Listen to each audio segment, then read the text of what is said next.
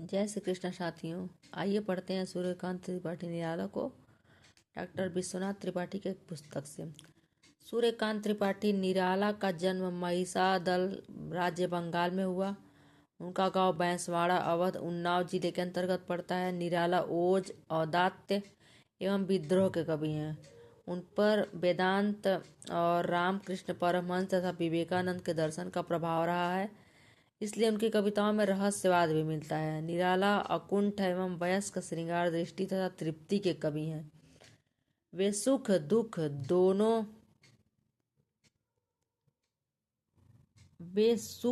दोनों को भरपूर देखकर उससे ऊपर उठकर चित्रण करने की क्षमता रखते हैं। उनकी कविताओं में बौद्धिकता का भरपूर दबाव और तर्क संगति है।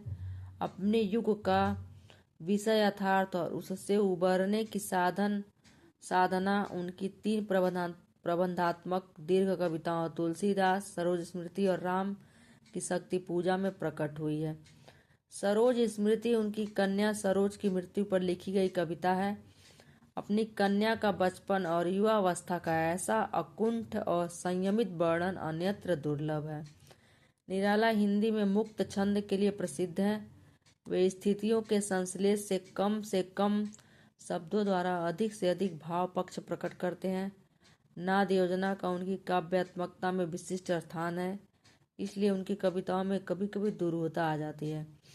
निराला में प्रारंभ से ही छायावाद के साथ साथ सरल और बोलचाल की भाषा में जीवन के विषय यथार्थ को अभिव्यक्त करने की प्रवृत्ति रही है।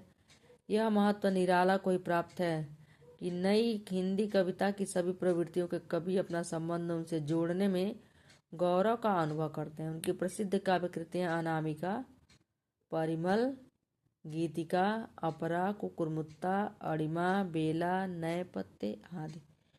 तो आज है निराला की जन्मतिथि, इसलिए मैंने सोचा कि ज़्यादा से ज़्यादा निराला पर तथ्य बनाऊं वीडियो, ताकि सब लोग पढ़ सकें और याद रहे। धन्यवाद।